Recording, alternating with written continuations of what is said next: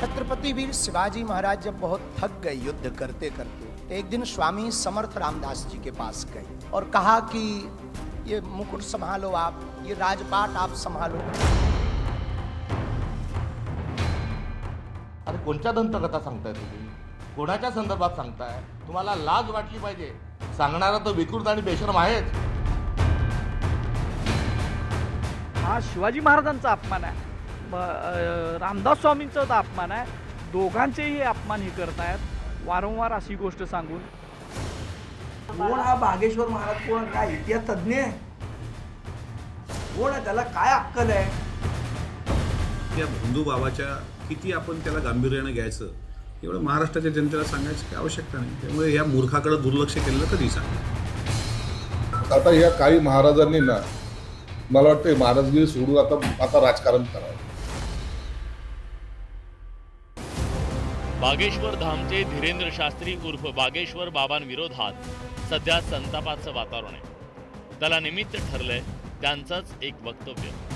शुक्रवारी नागपुरात झालेल्या एका कार्यक्रमात बागेश्वर बाबा यांनी छत्रपती शिवाजी महाराज यांच्याबद्दल एक धक्कादायक दावा केला.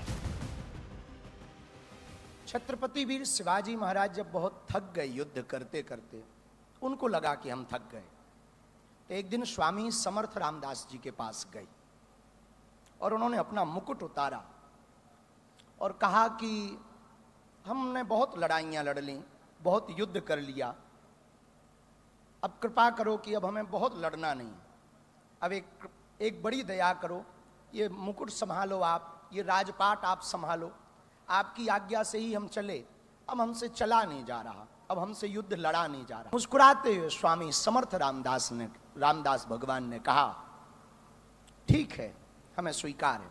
तो बोले शिष्य का कर्तव्य क्या है? बोले जो गुरु आज्ञा करे वो शिष्य का कर्तव्य है।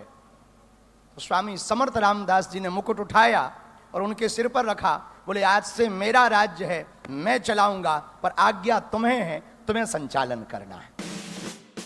ज्या शिवरायांचं कर्तृत्व हे केवळ महाराष्ट्रापुरतं मर्यादित नसून ते अखंड भारतासाठी प्रेरणादायी आहे, त्या शिवरायांनी शून्यातून विश्व निर्माण करून हिंदवी स्वराज्याची स्थापना केली. ज्या शिवरायांनी जाणता राजाचा बहुमान मिळवला, ज्यांच्या धाडसाचं, धैर्याचं, शूरतेचे किस्से आजही ऐकणाऱ्यांच्या अंगावर रोमांच उभे करतात, असे छत्रपती शिवाजी महाराज युद्ध करून थकले होते, असा जावाई शोध या बागेश्वर बाबांनी लावला. आणि त्यावरून विरोधकांनी त्यांच्यावर टीकेची तलवार चालवली आहे. बागेश्वर बाबांना महाराष्ट्रात बंदी घाला अशी मागणी रोहित पवारांनी केली आहे. शिवाजी महाराजांचा इतिहासाशी छेडछाड करून जर शिवाजी महाराजांना रामदास स्वामींचा संदर्भ आणि गुरु शिष्याचं नातं दाखवत असेल तर या त्यांच्या वक्तव्याचा आम्ही निषेध करत नाही. तर हा इतिहासासोबत ही त्यांनी जी तोडमोड केलेली आहे ते आम्ही कदापि आम्ही सहन करणार नाही. या संदर्भामध्ये दस्तूरखुद मुख्यमंत्र्यांनी आता माफी मागितली पाहिजे. अक्कल नसलेल्या लोकांच्या बद्दल आपण का चर्चा करतोय? त्याचा काय ऐतिहासिक काही त्याच्यावर डिग्री आहे का? त्याचा अभ्यास आहे काय आहे त्या बागेश्वर महाराजाचं? आणि तो काही बोलतो आणि त्याच्यावर आपण चर्चा करायची? मला असं वाटतं आपण स्वतःहून विचार केला पाहिजे की बोलणारी व्यक्ती सुज्ञ आहे की नाही आहे. बागेश्वर बाबांनी तर रयतेचे राजे शिवाजी महाराज यांच्याबद्दल अत्यंत चुकीचं विधान केलं आहे. या त्यांच्या विधानाचा रिपब्लिकन पार्टी खरात पक्ष जाहीरपणे निषेध करत आहे. बागेश्वर बाबांवर विरोधक तुटून पडले असताना महायुतीतील मित्र पक्षांनीही बागेश्वर बाबांच्या वक्तव्यावर संताप व्यक्त केलाय. तर इतिहासकार इंद्रजित सावंत यांनी तर थेट बागेश्वर बाबांवर गुन्हा दाखल करण्याची मागणी केली आहे. मुळात बागेश्वर बाबा उर्फ धीरेंद्र शास्त्री हाच माणूस वादग्रस्त आणि ते एक विदूषकी पात्र आहे. महाराष्ट्राच्या इतिहासावर आणि छत्रपती शिवाजी महाराजांच्या बाबतीत जर आपल्याला अक्कल नसेल तर तसं ज्ञान त्यांनी पाजळवू नये. कारण हा महाराष्ट्र आहे, इथल्या सर्व लोकांना सत्य इतिहास माहीत आहे आणि तो बाबा म्हणतो म्हणून आपण खरं मानावं असं होत नाही. प्रत्येक जण उठतो राजकारणामध्ये धडे द्यायला लागलेला आहे.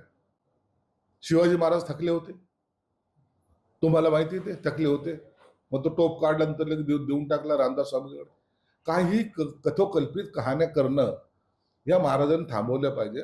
महाराष्ट्रामध्ये येऊन अनेक वेळेला यांनी असे उलट सुलट स्टेटमेंट केलेली, त्यामुळं वाद एक संभ्रम तयार करून आणि मग त्याचा चीड निर्माण होते महाराष्ट्रामध्ये.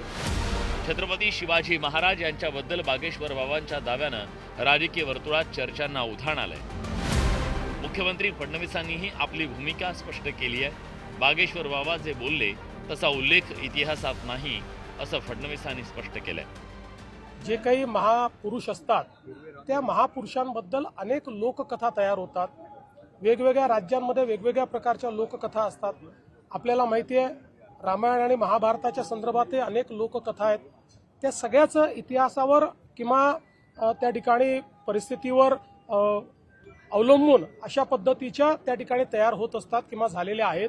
म्हणून मला असं वाटतं की मी याच्यावर एवढंच म्हणेन, जो इतिहास आपण शिकलेलो आहे तशा इतिहासामध्ये किंवा आपल्या इथे जे काही ग्रंथ उपलब्ध आहेत त्याच्यामध्ये अशा प्रकारचा कुठलाही दाखला नाही.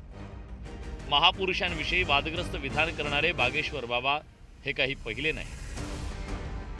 ऐतिहासिक घटनांची मोडतोड करून किंवा पुरावे नसताना काही विधानं केल्यानं आजपर्यंत अनेकांनी जनभावना दुखावली आहे. त्यामुळे महापुरुषांविषयी बोलताना सगळ्यांनी काळजी घेणं गरजेचं आहे. Bureau report, news 18 Marathi.